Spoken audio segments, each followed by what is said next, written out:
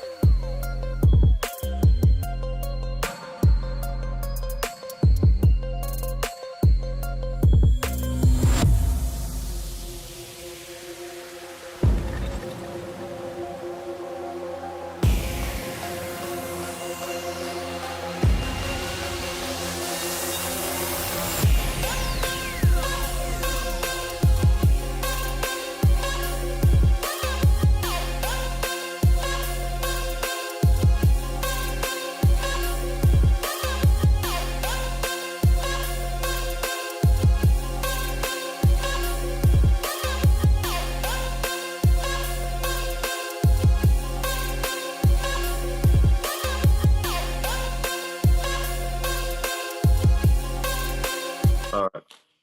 Welcome back, everyone. Hopefully, we got that a little bit solved right there. But as we were talking about Regis, you're trying to Right. balance this lifestyle. Right. How do you do this? Okay. Still hear the echo, but it's fine. It is what it Okay. is. So to balance the lifestyle, man, it is like I said, it's real hard, man. Because when they call me for a fight day, I have to just drop everything and just go to camp. So that's like a real hard thing for me, and that's why I try to spend as much time as I can with my kids right now. Mhm. Because it was last camp, I'm not gonna lie, man. I was in Vegas, and it was really it was a real hard thing to just be out there and yeah, just lock in and train out there. And for 2 months straight, it's you have no distractions. I wasn't around my family, my wife, my kids, nobody. So it was a real hard thing, man. And that last camp, it was taxing. It was a lot taxing on me because it was just not just physical, mental, and emotional. The physical part is the easiest part to me, to be honest. I could be in the Yeah. gym all day. I love the gym. I love to train. But the mental and the emotional part, that was the hardest, especially the emotional part, man. Like I miss the thing is, as when you're a fighter, you miss so much stuff as a fighter. You know, I miss my son is 12 now. He just made 12, and I miss about half his birthdays, like about 6 birthdays I missed. So Mm. that's tough for me, man. Like luckily this year I was here, but last year I missed it. I think the year before I made it, but the year before I missed it. The year before I missed it. So I missed a lot of birthdays. I missed a lot of stuff. So I just, it's kind of real hard for me. But I mean, it's just it's the sacrifice, man. It's the lifestyle, and it's not just me going through it. Everybody else goes through the same thing. That's why it is. I think it's easier on younger fighters because younger fighters don't have that much responsibility. But like when you get older, you start having kids and things like that, then it does get harder because you just miss so much stuff, man. Like it really is. It's a hard thing. So I have to ask you then, you've accomplished so much, two-time world champion, 30 wins Mhm. in your career. You've done so much. Obviously, I know you probably have a lot of finances set aside as well for yourself. What Right. keeps you in the sport? Why do you want to keep doing this when you know the sacrifice, when you know you've done accomplished so many things? Like, what is keeping you in the sport of boxing still? Honestly, bro, I still love boxing, bro. I still Mhm. just have that passion for boxing. When you have not just a passion, bro, I have the obsession for boxing. I got it tattooed on me, bro. Obsessed. I'm really obsessed with boxing. I just love boxing. I love the sport. I love the fighters. I love the fighter stories. I love the trainers. I love being in the gym. I just love everything about the sport. Except the business side. I can't stand the business side of boxing. That's terrible.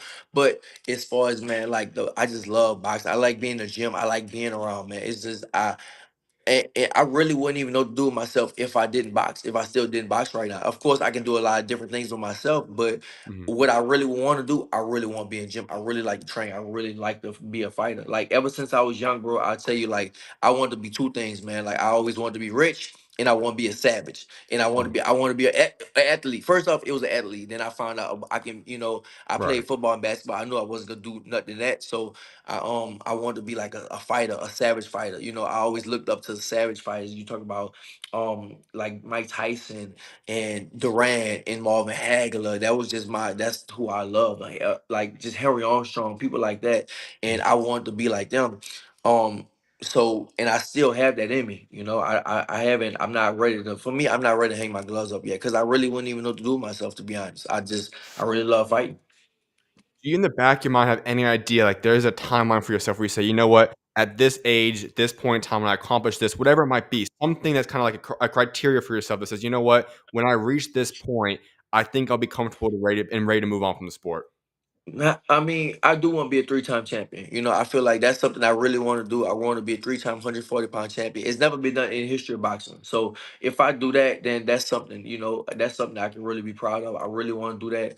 But man, like, it's no, I don't have an age because I mean, right now the fighters are getting older and they getting better. I think I saw the top five pound for pound in the world, and they all like Terrence Crawford is 38, Usyk is 38. Right. Irislan Delora is like 42.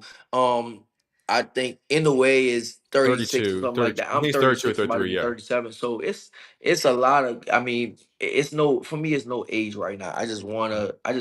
Like I feel like, man, my people and God will tell me when it's time to stop. But Alright. I still feel like I can still do everything. I know I can still do everything. When I train in Vegas, man, I'm training with people that's 19, 20 through like the oldest like 28 or something like that. And I'm Mhm. 36. So I just feel, and I can still do all the stuff they do. And matter of fact, beat them. We run sprints, I can win. I can beat them. I don't Mhm. have to, but like when I pick it up, I can beat them and stuff. Like I can do everything everybody's doing. So my body still can do all the same stuff. So it's like it'll be hard for me to hang up the gloves if I know I can still do all this stuff. Now the longevity part, you just kind of acted almost as if it's kind of easy, but it's not because so many guys get into sport and they don't last until this point in time. At least competitively, you Right. obviously some guys last long and they go do kind of journeyman, whatever it might be. But you last as a still competitor. You're still getting big fights, still trying to go out there for world championships. Right. That is not an easy thing to do. And I know you said yes, Usyk, Bud. These are first ballot Hall of Famers, all time great guys. You hmm are somehow still sticking around the sport of boxing at a high level at your age. How have you done this for so long? I take care of my body, man. To be honest, that's the one thing I do. I don't smoke, I don't drink, I don't do drugs.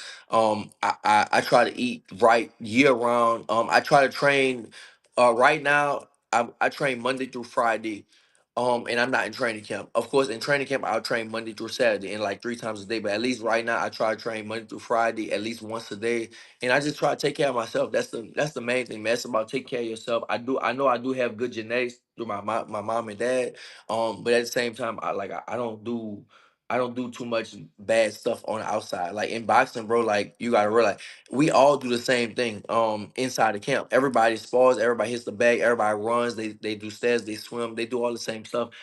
What separates you is what you do outside the ring, outside of camp, training camp. And I know Mm, that's what separated me. I used to live in training camp, bro, literally. Like I don't do it no more because I travel a lot. I'm always gone. But like right. I used to just live in training camp. Like it was no difference between my training camp life and my regular life. Like I was just always training all the time. So Mm. I kind of want to get back to that. I want to stop traveling as much, and not just for that, just for my kids also, so I could be around my kids more.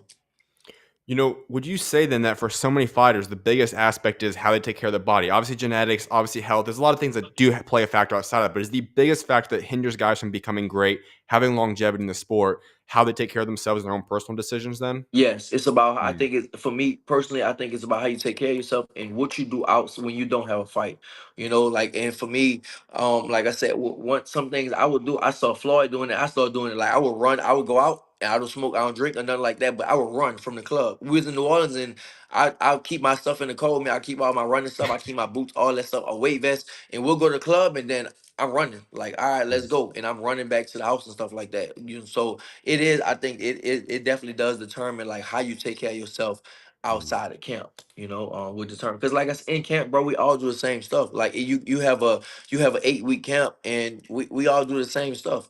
right. So I think it really does. It matters about how you take care of yourself outside of camp.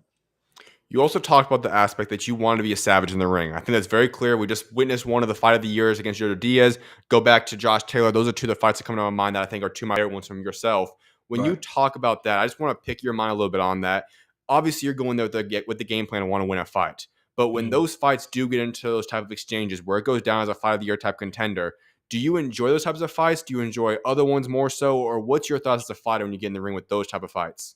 I love them, bro. I Mm, love them. I want to be a savage. I want to be a gladiator. I want to be a warrior, and I know I definitely prove myself, and I want to keep doing it. mm, That's why I feel like, man, boxing is. I think that over the years we started moving into like the sweet science type of stuff. You got like a Floyd, you got like a Crawford, you got like Shakur. They're very good and they have very high IQs. But I didn't get in the right. sport for that, bro. I got in the sport to be a dog, a savage. Like for me, I love Mike Tyson. Mike Tyson was my favorite fighter coming up. And then I started watching more boxing, and it was like, man, I started looking at Duran, which was Mm. a monster, a savage. You start looking at people like Marvin Hagler and people that really can hurt somebody. And that's what I like more than anything. I love Floyd to death, but he was a great boxer, and we can argue. Floyd is probably one of the top three, whatever, greatest ever of all time. But for me, I didn't get in it for that. I got in it for like I want to be a savage. I love the sport. I love to, it sounds crazy, but love to take the punches and give them out too. Out of all the fights in your career, which one was your favorite one? Man, I had it's so far on my mind. It's probably like the Jose Zepeda fight, Yeah. because I really wanted to be at that time. I really wanted to be a two-time champion, and I knew nothing was standing in my way. Like I Mm, knew it. I don't care who would have fought me. Nothing was gonna stand in my way. The thing about me, bro, I'm not gonna lie. Like I get I'm always I get complacent when I have the belt. When I was the world champion, I'm always complacent. Like I'm the world champion, what I gotta work for? yeah. And then when I don't have it, like now I get way hungrier. It's Mm, like it's just something that I have. I think if I'm not mistaken, Ray Robinson was the same thing. Ray Robinson was like a 6-time champion. He just kept winning, losing, kept winning, losing, and he'll fight people and then he'll go knock them out. It's like it feel like he got complacent, and I feel like that's the same thing with me. I just kind of get I think I get complacent. I don't have that hunger when I am a champion. But when I'm not a champion, I'm working for something. I'm way more hungry. So you say you like being the hunter more so than the guys being hunted then?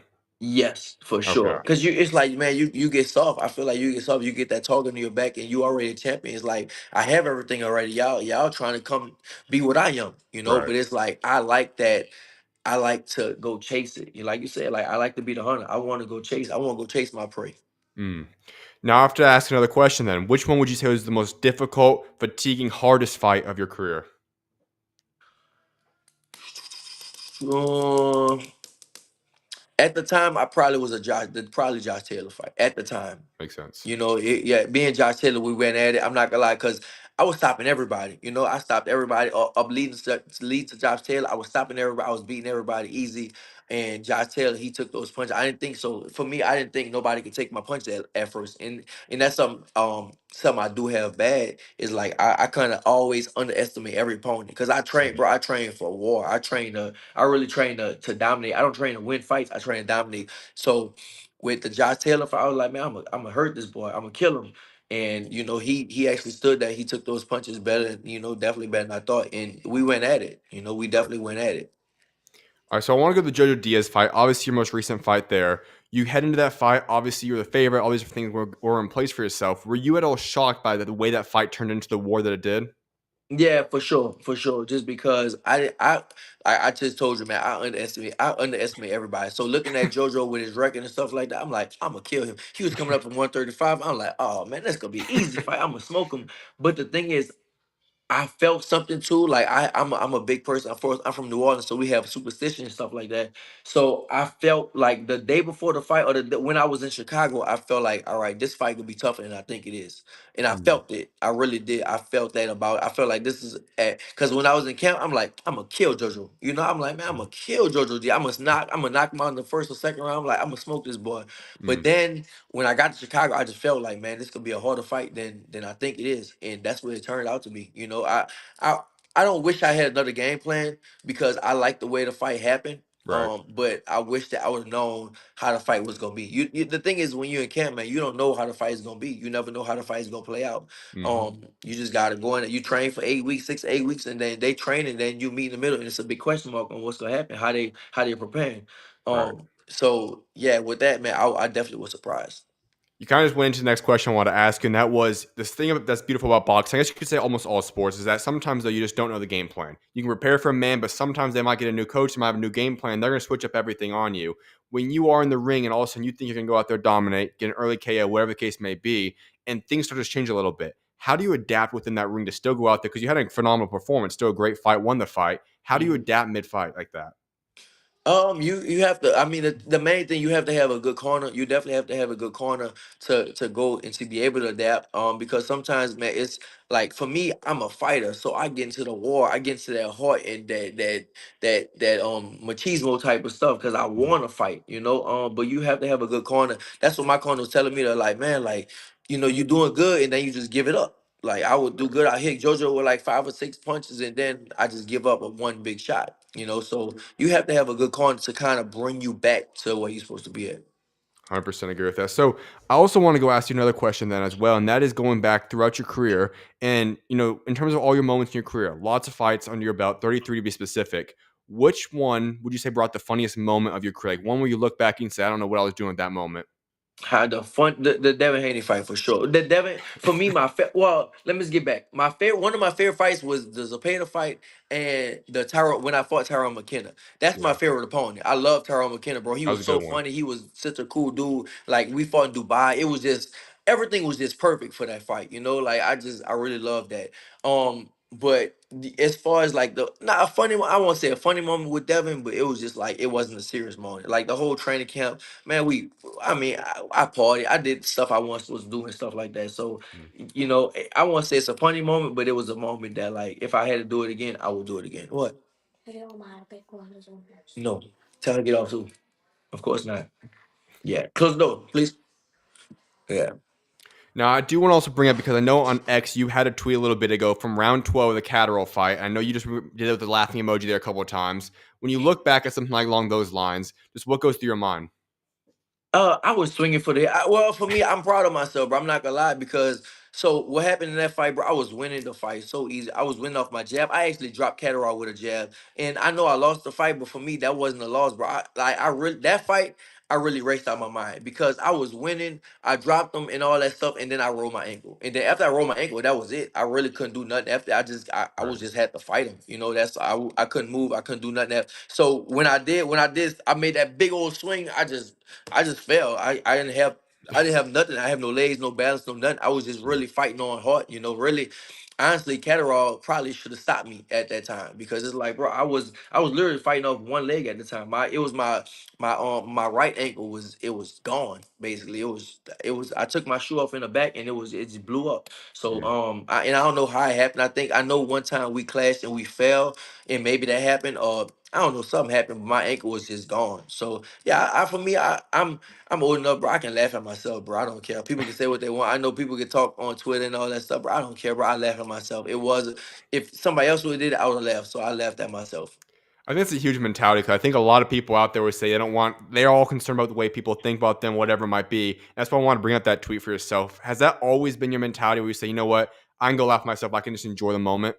Not always. It's developed over the years. It's not Okay. always. I mean, since I was young, I did know how to laugh at myself. My friends would talk about me. We would rib each other, like they said, roasting each other and stuff like that. We would Right. do that, and I would laugh. Like I would laugh the hardest when somebody talk about me. But as far as in the public eye, um, I started learning how to laugh at myself more probably over the years. Like, cause it don't matter, bro. Like none of that stuff. At the end of the day, bro, none of that stuff don't matter. I know what really matter in real life, bro. It's like your family, your kids. Like this Mhm. boxing is cool, but it's just a sport. Like people don't realize Right. it's just a sport. We get paid, we have fun. I literally I get paid to do what I love to do. I get paid to fight. Like who can say they get paid to fight? I really love to fight. Like since I Mhm. was young, I love to fight. And this is my career. And I made a very good career off of doing something I really love. So it's nobody can tell me, it's really nobody can tell me nothing in the world. Cause even somebody I'm close to, you can't tell me nothing. Cause I make a living off of something I really love to do. That's why you asked me about retirement. I can't retire. I love it. I still Mhm. do love it. Then what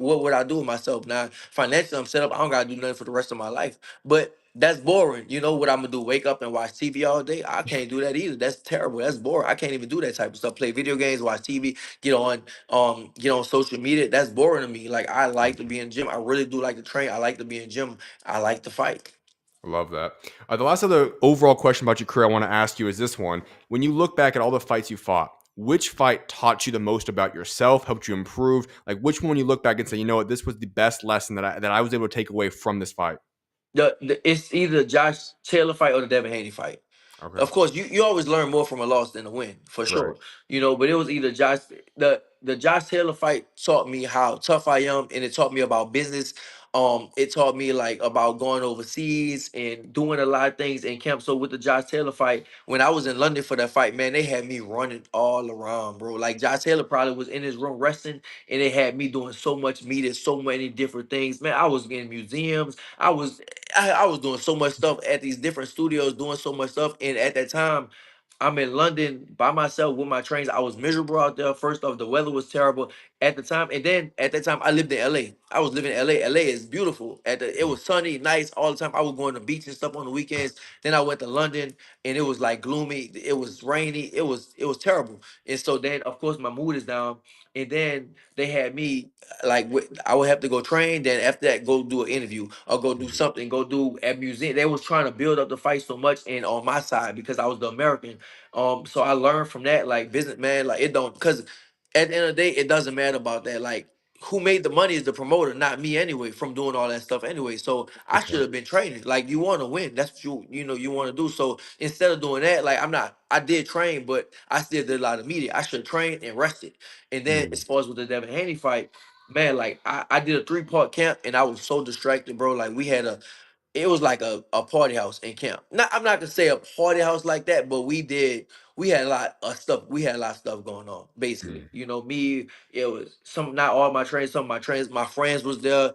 We had like a big old house in LA, and it was just like, man, like I know I wasn't serious about it. Like I trained, but mentally I wasn't. Now For sure. now we go to the JoJo fight, and I literally left. I went to Vegas, and I was so locked in, bro. And that's how training camp got to be. You got to be locked in for 2 months straight. And all I did, bro, every single day, all day was train. That's it. I woke up, drove to the gym, I would train for about 3 4 hours, go back to the crib, take a shower, eat, take a nap, and then have to but again have to Mhm. go back and train again. So that's how a training camp is supposed to be. And but with like I said with the Devin Haney fight, bro, I was so unfocused. It was crazy. I love how you said earlier in that talk you just said right there about you learn more from your losses than your wins. And I feel like for so many people, you go back to the Floyd Mayweather standpoint. Can you still hear me all right? I'm Test, sorry, test. man. Damn, somebody called me. Hello. You good, you good. Can you hear me all right? Test, test. In one sec, y'all. Go ahead. Go ahead. Go. You good. You good. You can hear me now? I can hear you. All right. Somebody was calling me. Oh, sounds good. You good. You good. No worries. So we go back to that. You obviously talk about Floyd Mayweather, all-time great, legend, but he obviously had a different approach. He wanted the 50-0. He wanted the zero losses. That has had a ripple effect on boxers, and obviously I get why you guys don't want to lose. But you talk about that. You learn more from your losses. It almost makes you better in the future now. How It does. important has it been for yourself to say, you know what? Yeah, I have 3 losses. None of them are bad losses, but you do have 3 losses, obviously, on your resume. How Mhm. have you been able to learn from that? It's almost look at, in a weird sense, almost as a blessing in disguise. It's definitely a blessing, bro. It's just Mm, it's the same thing in life, bro. You gotta go through losses, bro, to be stronger. It's yeah. like take a you take a muscle, right? Like when you break that muscle down, you beat it up, you break it down, then you let that muscle recover. You let it recover for about a week, and then that muscle gonna be so much stronger. So that's the same thing, bro. That's how life, I think that's how life is, man. You get broken down, you just learn from that, and you become better, you become a better person. So Yeah. it's crazy we talk about it, because I'm gonna talk about it later. I'm doing some TikTok stuff, I'm gonna talk about it later with somebody. But man, I don't know if you know who Kevin Gates is. He's a rapper Mhm. from Louisiana, and he said the same thing, man. He was like, at first, when um when something bad would happen, he always, man, why me? Why me?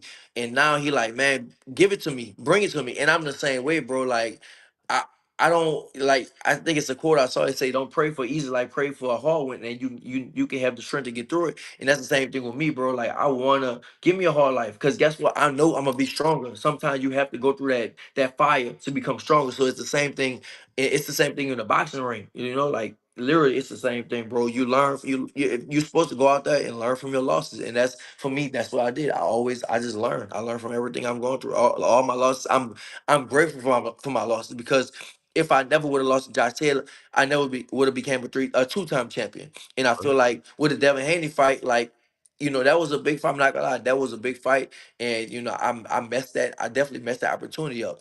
So with that, I'm gonna go forward in my career, and my goal is to be a 3-time champion. So Mm. yeah, bro, I feel like you need those. You need those losses in life, and you just build from it. All right, so I want to go into your book as well, Stories and Lessons from Regis Prograis. Right. You obviously are still in the midst of your fighting career, already putting out books. Walk us through what inspired you to say, you know what, I want to go out there and write a book. Right. So the main thing is my friend, one of my childhood friends, Ross Williams. I've been knowing him since like elementary school or something like that. So he's a great author, bro. I read a lot. My thing is, I don't know if you see it in my office, I read a lot. I'm always reading something. And he wrote 2 books before that, and I read them, and it was really good. And so we talked about it. He's like, man, let's do a book for you. And I think this was in like 2000, maybe like 19 or 20. And he was like, man, we just kept doing, we did interviews. We would yeah, we would like do Zoom calls, we would do voice notes and stuff, and then we came up and made the book, and we dropped it right before I left for the Devin Haney fight. Hmm. Now, as you go through that opportunity, is that something you could possibly see yourself do more so in the future? Is this a one and done type of thing, or do you want to still get involved in the book industry? Oh yeah, for sure. I love it. I think I will get in the book industry, because I'm a big reader, bro. I Mm. love to read. I'm always reading something nonstop. So, yeah, I definitely feel like I'm gonna do that in the future. It's like, I feel like, man, once I do retire from boxing, the sky's gonna be the limit. Like, I think that for me, I really feel like boxing hinders me in my personal career. I feel like I can be so much higher if I did box. But right now, I still do love to box. It's like Mm. that girl that's not good for you, that you just love so much, but she toxic. You're not supposed to be with her, but you just really, really like her. That's how I am with boxing. I know it's not good for me, not help maybe, but I love it. I really just love boxing, and it's Mm. hard for me to get out the gym. I love being around the fighters. I don't want, like, I mean, what I'm supposed to do, like go be around some other people I don't like. I like being in the gym. I like being around the fighters, and nothing has changed since I was like a teenager. I still love it, obsessed with it. You did bring up the retirement part, and I had one other question I actually wanted to ask about that, and that was there were some rumors starting to kind of get leaked out following the Catterall fight. There was at least consideration. Was this an opportunity? Has there ever been a career, and if so, maybe was it the Catterall fight that you did look at yourself and say, you know what, do I want to continue to box? Yeah, after the Catterall fight, the thing is, bro, like when you boxing, you go through every emotion. That's the thing. After the fight, you go through every emotion, because after the Catterall fight, I lost 2 in a row. So I was like, damn, bro, like either I need to retire or I need to do something different. And Mm. I was definitely thinking about retirement. But man, I was like, man, my friends were like, bro, you got too much, bro. You got way too much in the left in the tank to even think about retirement. And that my friends were just like, bro, you got to do something different. That's all. Like, go in my that was everybody's recommendation was to go train in Vegas, and I'm so glad I did it because it showed me a whole different side. Like my whole career, I trained in Houston, and it's like I went train in Vegas. And it was like, man, like these. The guys in Vegas train so hard, it's like insane how hard they train. And I'm Mm. like, man, if I would have been trained like this my whole career, imagine what I would have did. So yeah, I was definitely contemplating retiring, stepping away, but I know I had to change something first. Now, if I would have lost against JoJo, then it's like, all right, I don't have it no more. Then I retire. But Okay. now it's like, man, I got in the groove of being in Vegas, and I love it. And yeah, I ain't not right now. So you'd say then that it was almost at a point where you were considering, even if the Joe Diaz fight didn't go according to plan, that you could have been in retirement and now you almost have that fire back now? Yeah, for sure. Okay. Yeah, I feel like, man, if I couldn't beat somebody like JoJo, and no disrespect to JoJo, but JoJo lost his like last 7 fights or something like that. Yeah. He was a he and I know he is good though, but he has his outside lifestyle kind of caught up with him also, and I don't do none of that stuff. So if I would have I feel like if I would have lost to JoJo, it's like, all right, time to hang it up. I would think, but it's like. I didn't, and I get bigger opportunities. Now, if I'd have lost, then the opportunity wouldn't be there. They'll Mm. probably try to use me as a stepping stone. But now, like I'm coming off of fight of the year candidate, so my name is kind of hot again. So I can Mm. I can do more stuff. All right. So during that time span, right after the Catterall fight, there were rumors, and I don't know if this was actually involving you, if it was just bare knuckle talking about it, but people were saying you could go into bare knuckle. Did you ever give consideration to that? Would you ever give consideration to that? I did think about it. One of my friends, Austin Trout, he's a champion in bare knuckle. He does Okay. it, and man, it's like he's getting easy money. I'm like, damn, bro, he getting so much easy money over there. So it's like I like for me, bro. If MMA was big when I was younger, I probably would did MMA because I'm naturally rough. I naturally like to wrestle and fight and grab people necks and stuff. That's what I naturally do. I Mm. would never even box. So bare knuckle is like the medium between that. It's like the medium because I still don't want to. I don't think I want to do grappling. Right. But I still like it. I still like the idea of like that bare knuckle thing. So I was thinking about it, but it's just like right now is not the time. And then I think that when I decide to retire, it's probably not gonna be the time to do that anyway. So yeah, it's a dream, but I don't think it's gonna happen. All right. Well, I also want to go into your story because it's remarkable. You go even to the very beginning of your story, New Orleans, Hurricane Katrina comes, relocate to Houston. That's just a Right. remarkable part of your story that you just, from a childhood, young, this already happens to yourself. Can you walk us through that a little bit? Like, what was going through your life at that point, and how much of that do you actually remember, and how much did that impact you? Oh, I remember a lot, bro. The thing is, when the storm hit, I was in the 11th grade, Mm. so I remember a whole lot, bro. I was 16 when the storm hit. So the thing is, so New Orleans we have seasons, right? We have crawfish season, Mardi Gras season, and hurricane season is one of them. So every year around the same time, the end of summer in September, around September stuff, it's always a hurricane season. So like the few years before that, they always said, all right, we gotta leave and we would like buy things, gas our cars up, and then evacuate. So we was like, man, we not doing that again. But then when Katrina happened, the mayor at the time was Ray Nagin. He got on the news and he said it's gonna be like Hurricane Betsy, which hit in 1965. My Mm. grandma remembered that they had to get boats and stuff, so she was like, "Nah, if it's gonna be like that, we gotta go." So Mm. we left. We came to Texas, and man, we moved all around. At the time, I left with my grandma and grandpa. It was me, my grandma and grandpa, my sister, and one of my cousins. So it was five of us. And my dad, I didn't know where my dad was at the time. And then my mom, she was working in a French Quarter, so she stayed. So I literally didn't know where nobody was at, but we all left, and I didn't know where nobody was at. You didn't know what at that time. We didn't know You didn't know where nobody was at, or you didn't know if there was even alive at the time. Mm. And it was months. It was months going by that we just didn't know because the phones didn't work. And I mean, we stayed just a bunch of different places. It wasn't as bad as it was on the older people. The older people that had homes and stuff. So Yeah. when my we went back a little early, and my we went clean the houses and stuff, gut the houses, and my grandma, when she saw a house, her house had a hole, like a split through the earth. It was like her house was cracked in half. The whole house is Wow. cracked in half. You could walk over the crack and you could see down in the earth all the way down inside the earth. And she just cried and cried and cried. My grandma, because that you talk about, that's she was in the house for like 30, 40 years, something like that, you know. So she just was crying. But us, we didn't, honestly, bro, like we didn't have a bad time. I went to 5 different high schools. I liked it because I was a new guy in high school. All the girls liked me. I was, they, in high school, girls like bad boys. So I was coming from New Orleans. I got an accent. I got tattoos. So all the girls liked me and stuff like that. They knew I boxed, so everybody, the boys were scared of me. So I'm not gonna lie, bro. I loved it, bro. I loved going through it. It was sad not going home. But I like change. For me, I just do. I like the change, and it wasn't that for me, man. It really wasn't that bad, and it was a blessing because if Katrina would never happen, I wouldn't be where I'm at right now. I know for a fact, bro. Like it's what boxing do you know out of New Orleans in the last 60 years? It's nobody. I'm the last person that held the title from New Orleans was, I think, Willie Pastrano, and that was in 1963. And Mm. then me. So it's nobody in my lifetime that was a champion from New Orleans. So I'm glad that it happened, bro. I'm glad that I came to Texas. And if I didn't, I wouldn't be where I'm at right now. Mm. In terms of boxing now, did that all start to really come into play then when you got to Texas? Where you started boxing in New Orleans, or what brought you into the sport? So I started fighting on the street. I love fighting. I told you I love fighting. I started fighting on the street, stuff like that. So what happened was I was boxing. I started. Well, I'm gonna give you a longer backstory. So I was playing. I played football in high school. In the 10th grade, ninth 10th grade, I played football in high school. So the 10th grade, my 10th grade year, I was fighting the gloves with people. A bunch of football. All the football players were getting the gloves. So I was fighting with everybody, and I was winning. I was beating everybody every week. We would fight. And so one day the coach came and he saw me. He after the fight, he pulled me to the side. He was like, "Hey, bro, like I don't think you got a future in football, which you might have when in boxing."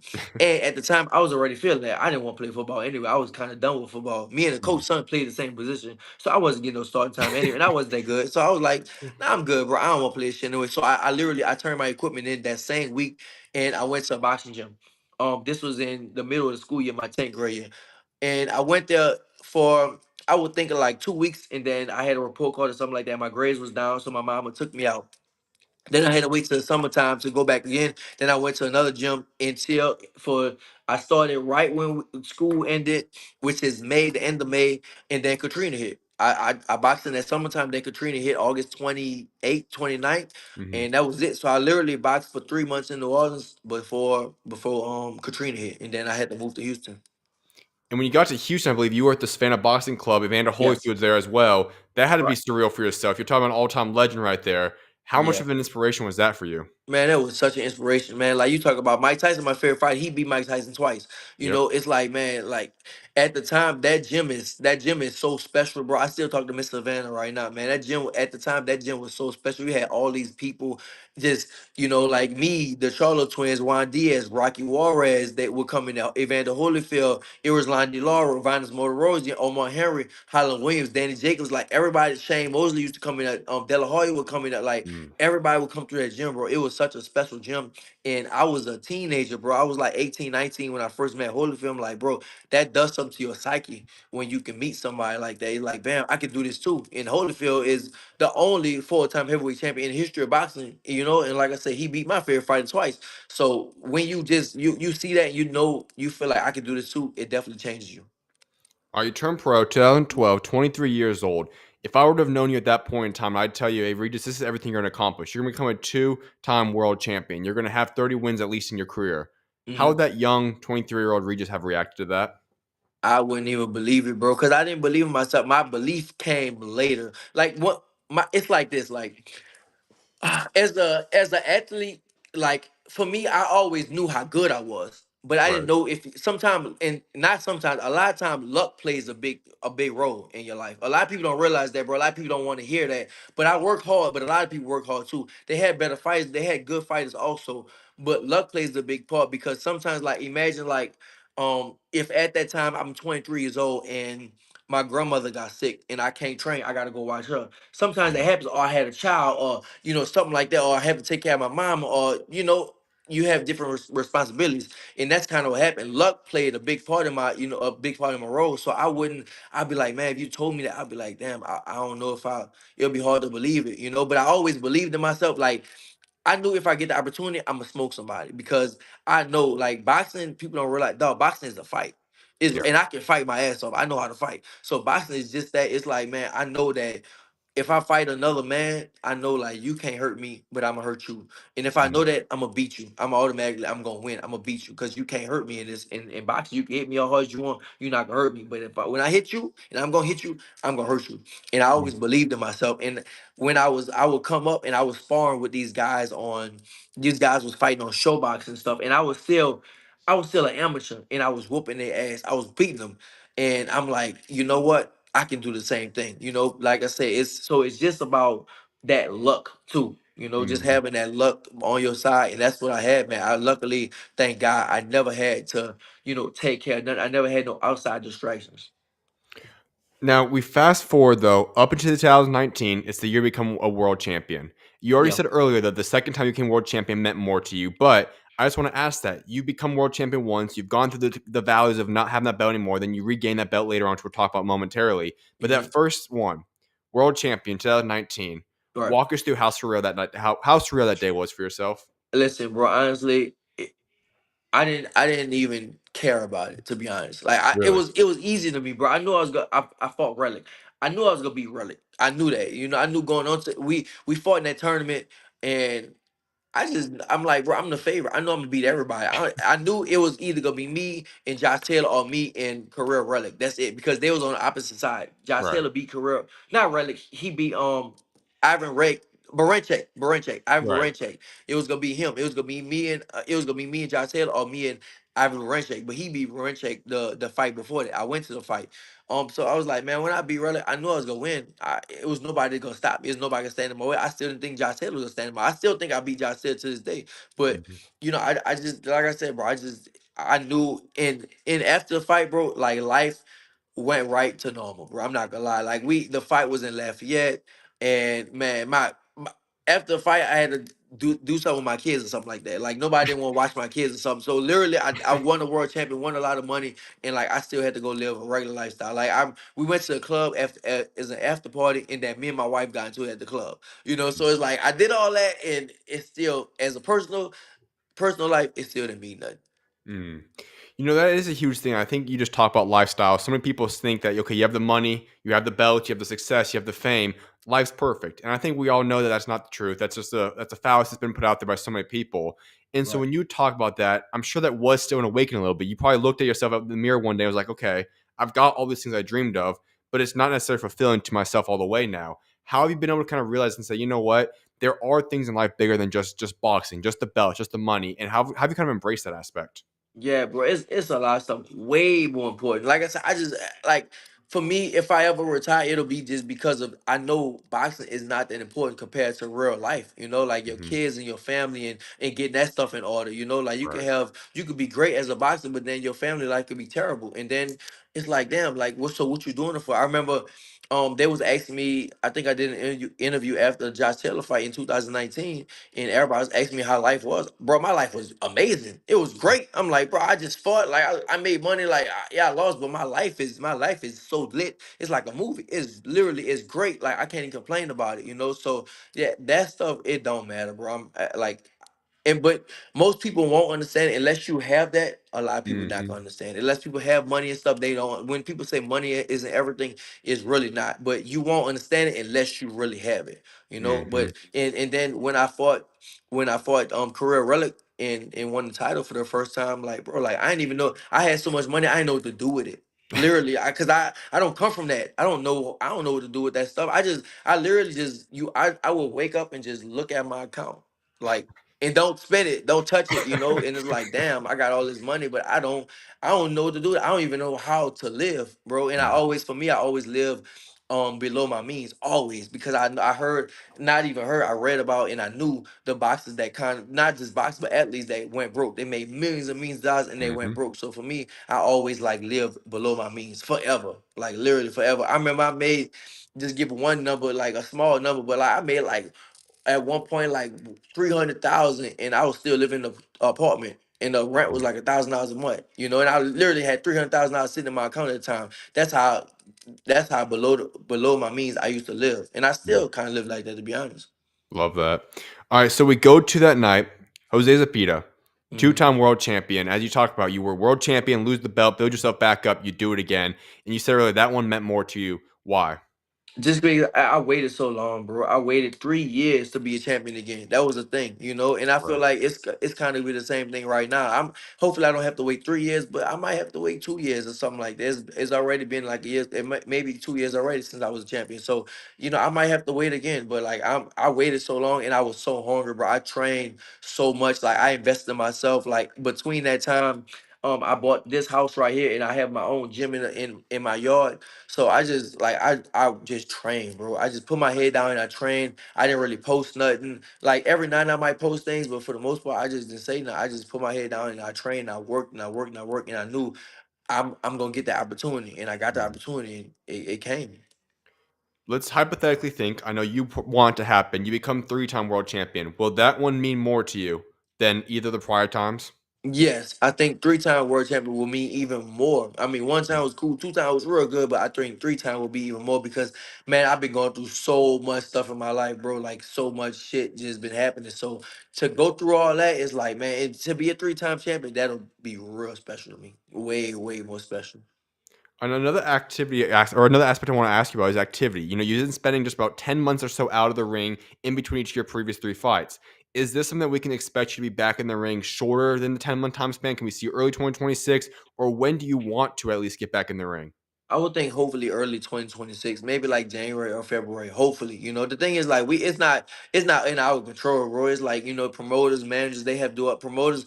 I'm with Golden Boy now, so they have to have a certain amount of dates and TV time, TV slots for Right. somebody like me. Throughout the year, I don't know how many they have for this coming year. So yeah, it's I hopefully I can fight probably either by January or February and be a little more active. So the business side of boxing. You said earlier you don't like it, but obviously you know the business standpoint and you know the Right. waiting aspect. What would be a hypothetical game plan? Not necessarily saying you know each name and who you need to fight to get to world championship status, but in terms of let's say you fight January, where would that be a top five type contender? A guy like Oscar Duarte, go back with that one. Adam Azim.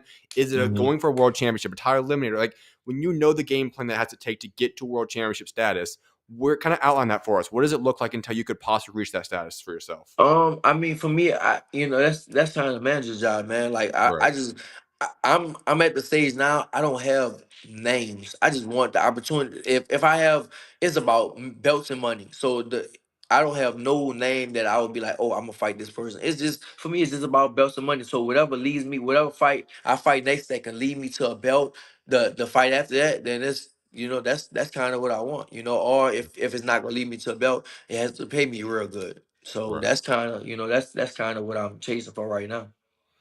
All right. You said you don't know how much longer till you want to move on from boxing. All the goals on the table. What would you say would be a successful end to your career? Everything you want to accomplish, however many wins, accomplishments, accolades, whatever. What is the dream scenario ending for Regis Prograis?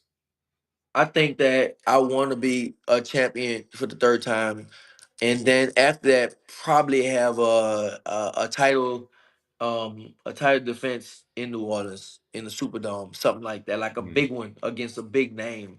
And then after that, that's I think that maybe I can call it a wrap. After that, maybe like I said, give me another title, get a big defense against somebody, and then after that, in the home state in the Superdome or something, and then after that, it's like, all right, I can probably walk away and have a call it a career.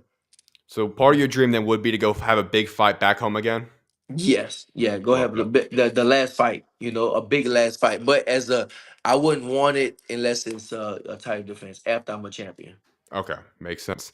Well, I got a couple more questions before I let you go. One of them is this, and I guess actually going back to what we just talked about, when do you hypothetically think you could get a shot at becoming a three-time world champion? Lots of things obviously are out there you don't know, but could we see it happen in the calendar year of 2026? Would it have to be pushed into 2027? Where do you kind of estimate that could have possibly come? I think probably 2026, or of course, probably 2027, but I think 2026 probably so, man. Like Okay. boxing's so crazy, bro. Every time somebody fights, the cards get shuffled again. So all I Right. got, the main thing I have to do, bro, and that's what I did to be a champion the first and the second time. All I gotta do is keep training. That's it. Just Mm, stay in the gym, keep training. If you do that, bro, I feel like everything always works itself out. But I yeah. have to just keep training, stay in the gym because you never know when you will get that call. Because I think that the champions they get complacent. And as long as I stay in the gym and stay working hard, man, like that's I think that really puts the money in the bank when you train outside the camp. All right, well, let's wrap up talking about that then. You have a lot of champions right now on the line. All four of them currently have championship either fights lined up or rumors of fights. So I want to ask you kind of pick your brain a little bit on this. The first one, Teofimo Lopez is looking at two options currently. Shakur, I thought, was locked in. Obviously, now we're seeing that it might not happen. It could be a unification with Hitchens. Right. Fighting. You love what you like to watch. Would you prefer Teo to take the Shakur fight or take the unification with Hitchens? Shakur fight. I'd rather Mm, him take Shakur fight. I mean, him and Hitchens are managed by the same manager. They cool. They both from New York. I mean, it'll be cool, but I think that for me, I think as a fan, let him fight Shakur. yeah, agree. Yeah, I rather see him fight Shakur. Shakur is really good, bro. He needs opportunities. Like I think Mm. that he doesn't have a strong resume, but somebody like Teofimo will be somebody good on Shakur's resume. Now I'm going to ask a follow up to that. Let's say Tio and Shakur fight each other as was expected to happen in 2026 in January. Who Right. wins that one? And also, second part, let's say the Hitchens fight ends up being the one that happens regardless. Who would win that fight between Tio and Hitchens? Uh, as far as Teo Hitchens, man, that's kind of a toss up to be honest, because the styles do make fights, Definitely. and I would really think Hitchens will win that fight, to be honest. Really? Yeah, I think Hitchens will win that fight. I mean, yeah, I still will pick Hitchens to win the fight because Teo does have trouble with boxing, and for sure, I think Shakur will beat Teo for sure. Mm-hmm. Agree Yeah, with I that. won't. I won't go again. I definitely think Shakur will beat Teo. Is no doubt about it. So you think Shakur is that guy then? Shakur is good, bro. I spar with him. I train with him. I'm not gonna Mm-hmm. lie. Shakur is good, bro. It's just hard to hit him. He's real accurate. It's hard to hit him. He's like a little small Crawford, basically, but without so much power. Crawford is just I like that. mean. Yeah, Crawford is a mean fighter. He's trying to kill you, trying to hurt you and stuff like that. Shakur is more of a boxer. I think he can land more punches, but he don't have the power like a Crawford has. So, Mhm. but yeah, he's good, bro. I'm not gonna lie. Shakur is good. For sure. Then another one coming up very shortly. Guaranteed Russell, Hirioka. Who do you have winning that one? I don't know about Hirioka that much. I would pick Gary Russell, of course, Yeah. but I was actually supposed to go spar with Hirioka, but I never got the call back. But Mm. one of my friends went spar. He's like that. He said he was like, bro, he's good. He's big. He's tall, and he hits hard. Yeah. So I don't know about him too much, but yeah, I mean, I still pick Gary Russell. Gary Russell for me right now. I think out of all the champions at 140, Gary Russell is the best. Really? Why do you think Yeah, that? because just because he has a high pedigree and he's active, he's southpaw, he's active, he can take a punch and Yeah. he can throw a lot of punches. So for me, I think that he's probably the best one right now so far. I like that. Last one. It's going to happen next year, I believe now. Matthias, Dalton Smith. Who do you have winning that one? I got Doug Smith that one because Mm. man, Pyro beat Matias. And Dog Smith is I think better than Power. Kind of got the same type of style, but a little better. I think he's more physical. He hits. It looks like he hits harder. So I would go with yeah. For me, I would go with Dog Smith to win that fight All against right. Matias. Matias had a hard fight against. I didn't think he beat Puello. I thought Okay. Puello beat him. So I think Matias has that one thing, just the going forward style. That style is really really easy to beat if you can. I mean, if you can take this, real easy to beat. Now he's a machine. He's gonna keep coming, but I think that somebody like Dalton Smith. I mean, it's either one. Either he can get to Dalton Smith, or Dalton Smith just move his feet and just box him. And like I said, like Puello did, you just box him, hold him, grab him, do some stuff, and you should be able to get him off his rhythm. But yeah, right now I would think Dalton Smith. All right. Well, I got one final question for you. It's the question I wrap up every interview with, and that's talking about your legacy. You've already discussed it. You don't know exactly when you're going to hang up the gloves, but that day will come eventually. And when that does happen, what do you want the legacy of Regis Prograis to be for what you've done both in and outside of the ring? I feel like, man, my dad tells me all the time. He feels like my legacy outside is gonna be way greater than what I did inside the ring, and I do Yeah. feel like that too. Um, But in as far as inside the ring, man, I want to be like right. I always did it for New Orleans, to be honest. I always boxed like, man. I am. My boxing my book was like, I'm the only 2-time champion from New Orleans, and I want to be the only 3-time in the history of boxing.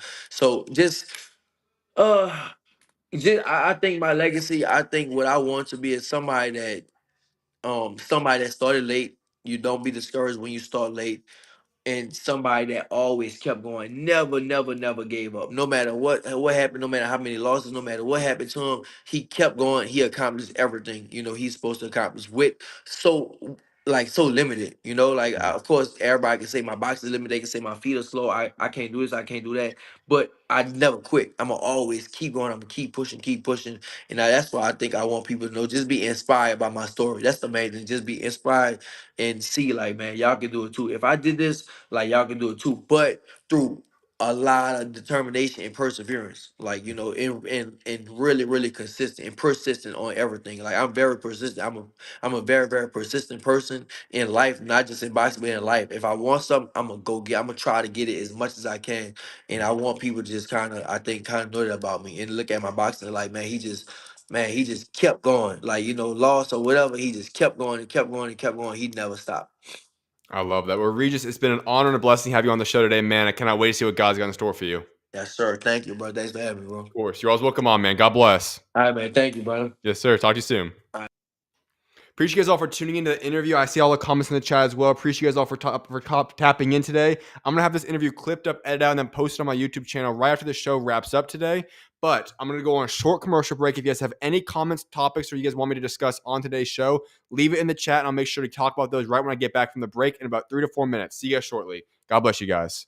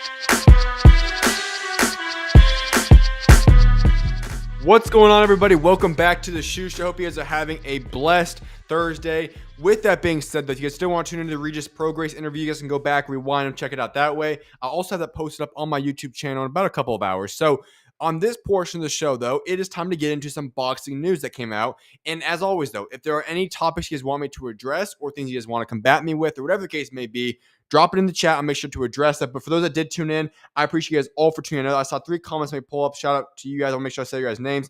I don't know exactly what it is, but N for your account right there. CHMA Entertainment. Appreciate you tuning in as well. Stay blessed to you as well, man. And then Cornelius, appreciate you for tapping in again, man. God bless you guys all. Appreciate you guys for being on the show tonight. All right. Let's get right to it, though. For some boxing news, we're going to start with this.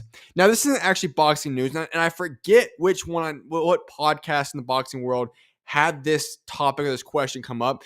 I just saw some clips on Instagram or on TikTok and X, and I just want to bring it up to give you guys my thoughts on it as well. It's this question.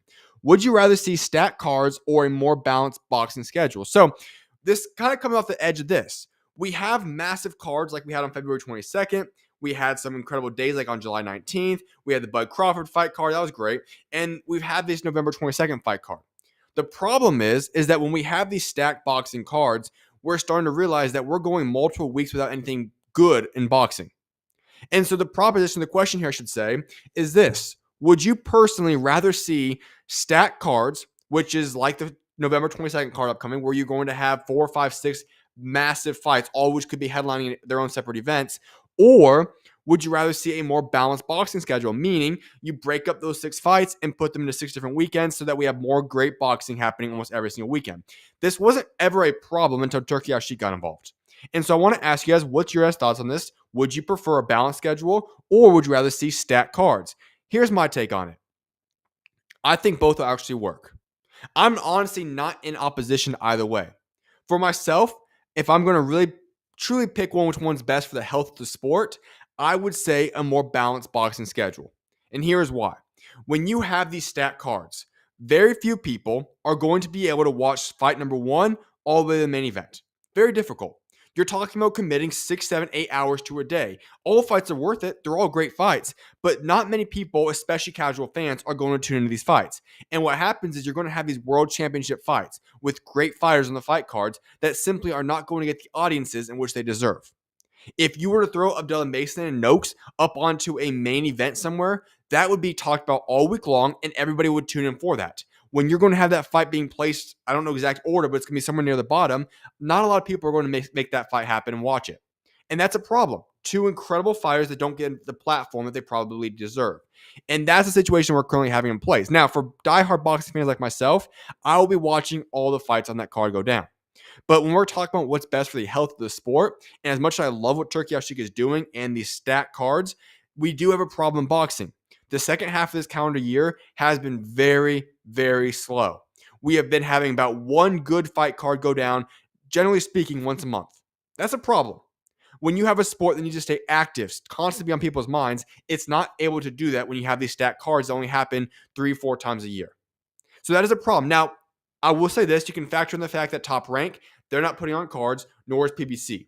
When both these 2 corporations and companies don't want to go out there and put on consistent cards, that has hindered the second half of the year drastically as well. But generally speaking, if I were to say what is best for the health of boxing, it is to break up these stacked cards, place them into singular events spread throughout the time so that almost every weekend of the year, we have great fight cards being brought to us. And just to throw it out there, when you look at the UFC format, that's a very similar thing. And I know it's a lot of differences between the 2 of them, but the UFC, if I'm not mistaken, it is 45 or 46 weekends of the year they have an event. Now, there's always boxing, but it's not really noteworthy. Boxing should probably form a more similar approach to something like that, where we have boxing on the forefront of people's minds constantly. Because the other bad part I'm going to throw in there is on November 22nd, when that fight card does go down, which is stacked. It's amazing. You are also going to be competing in prime time with college football. The NBA is now back. College basketball will be in play. You're going to have all these sports in play at this point in time where you're not going to really be able to grow the sport as much, as opposed to having a prime time slot for each and every single fight where people only have to dedicate 1 hour or so of the day. That's for the best health of the sport. But as I said, I'm not really going to sit up here and complain. I love what Turkey Al-Sheikh is doing with these cards. I cannot wait for November 22nd. That's just my own 2 cents on that. Paddy Donovan made Australia offer for Liam Paro. Eddie Hearn has revealed that Matchroom has received an offer from No Limit for the Paddy Donovan Liam Paro final eliminator to take place in Australia. It's a bigger split to Liam Paro because of his number 2 position, so we may have a little trip to Australia for that one. All for it. This fight, let me just make this very clear, will be phenomenal. Paddy Donovan beat Lewis Crocker in the previous fight. I don't care what people want to say about it. He defeated him. And in a weird sense of imagination way, Lewis Crocker actually lost both fights. Now, obviously, Paddy Donovan rightfully was disqualified in that first fight, so he did lose it. But I'm talking with scorecards. Paddy Donovan has dominated both fights in my eyes. He is still a very, very good fighter that has unfortunately lost 2 fights. One 100% on his own doing. The second one, I really don't know how that happened. So when you talk about this and you truly look at how good of a boxer Paddy Donovan is, and you look at how good Liam Paro is, this and styles make fights, this right here would be an incredible fight. I'll be waking up early in the morning to watch this one if it does go down in Australia, but this is now going to be a final eliminator taking place in Australia, and I absolutely love that fight that got made. Matchroom to promote Andy CRUZ-MURATALLA. Eddie Hearn's Matchroom Boxing, $888,888, has outbid Bob Arum's top rank offer, which was $550,000, to win the promotional rights to the IBF lightweight title fight between the defending champion Raymond Murtaya and mandatory challenger Andy CRUZ. Matchroom finally wins a purse bid. It's a very rare thing. If those of you that are not familiar with the purse bid situation, Matchroom does not win these quite often. So big deal for Matchroom pulling in this fight. This is the fight that we all want to see. I think Andy CRUZ, Raymond Murtaya is a beautiful fight to get made. Very glad they got this deal done. Hopefully, we get to see this fight in the near future. Derek Chisora, Jarrell Big Baby Miller is not happening. Frank Warren has confirmed that Derek Chisora was supposed to fight Jarrell Miller on December 13th, but Chisora ultimately chose not to take the fight. Warren still hopes to announce Chisora's next fight on December 13th in Manchester on Saturday. Interesting. Now, knowing history, I think we all would have thought and expected that Jarrell Miller was the reason for the holdup here. It appears it's Derek Chisora. Now, I don't blame Derek Chisora. I think that fight was a little bit interesting, not the best of matchups. And on top of that, I'm not sure how much you can really trust Jarrell Big Baby Miller. Fun fight, but you can't trust him. So I'm not against this fight getting scratched, not one bit whatsoever. Just hopefully they have something lined up. I still just don't understand why Derek Chisora is fighting back in the UK when he already listed his last fight as the last time in the UK. So a lot of confusing things here.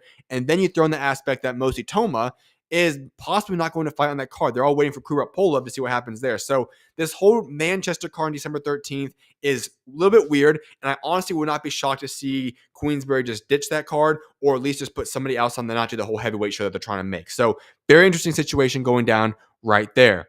Jake Paul has revealed that he's sparring Shakur Stevenson next week to prepare for his fight against Gervonta Davis. I like this. Shakur made a tweet, and it was something along the lines of him saying, I can go pick the brain of one of the great businessmen in boxing, and I can give it a little bit 2 cents of my skill set to Jake Paul. Beautiful. If you're Jake Paul and you can go work with the best man at 135 right now, I think that's going to do wonders for him. Now, once again, this is not a real fight.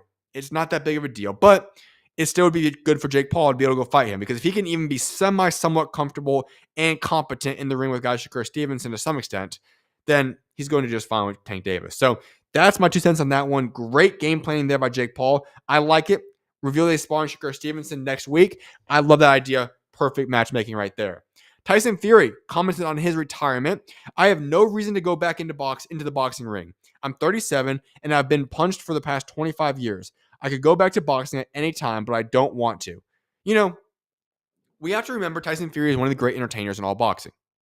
Do I believe it when Tyson Fury says that he's not going to go back into boxing? No. Do I believe he's going to return to boxing? Also, probably not. I don't believe anything comes out of his mouth, just to be quite frankly honest. And that's fine. He has talked before as if he's going to hint at coming back into boxing. He's now saying no. It's this constant, push and pull with Tyson Fury as to whether or not he's going to be back in boxing. I think we all do think that he will return at one point when the paycheck is big enough to fight Anthony Joshua. But if you're Tyson Fury, stay in the news, keep making headlines, stay relevant. It's good for your branding. And I think all Tyson Fury is going to do is wait out to see until Anthony Joshua returns to the ring, gets an easy win, hopefully a statement win, and they can start building up that fight. That's my personal guess, but we'll see what happens there.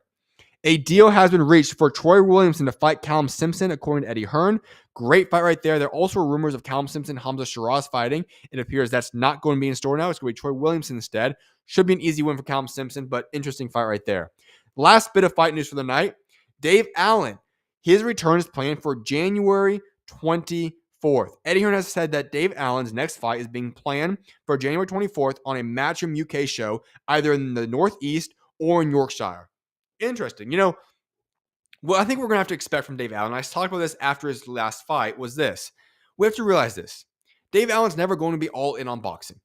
He has got some talent, but he's not going to be fully dedicated to boxing. He's not all there in that regard. However, there's no issue with that. The way he sells tickets, who he is as a man, the way he fights, the energy, the personality he has, all those characteristics wrapped up into one fighter and who he is in Dave Allen makes him sell tickets. And so we're going to see him be a big name in the UK for the next 3 to 4 to 5 years, and I think it's going to be fine. Embrace Dave Allen. He's going to be fun. He's going to be back in the ring right around January 24th. With that being said, I don't see any more comments in the chat, so I'll be wrapping up tonight's show now. Tomorrow, I'll be back live. I'm not sure what time it's going to be. There won't be a guest on tomorrow night's show, but I will be back live tomorrow to wrap up the week and give you guys a fight preview of the fights going down this weekend, obviously headed by Fabio Wardley and Joseph Parker. So I'll be breaking all that down tomorrow, but I hope you guys have a blessed rest of your guys' night. Enjoy the remainder of your guys' Thursday. If you guys tune in on Friday, have a great start to you guys' Friday. I'll be back live tomorrow. I'll see you guys then. May God bless you guys all. And with that being said, SchuZ out.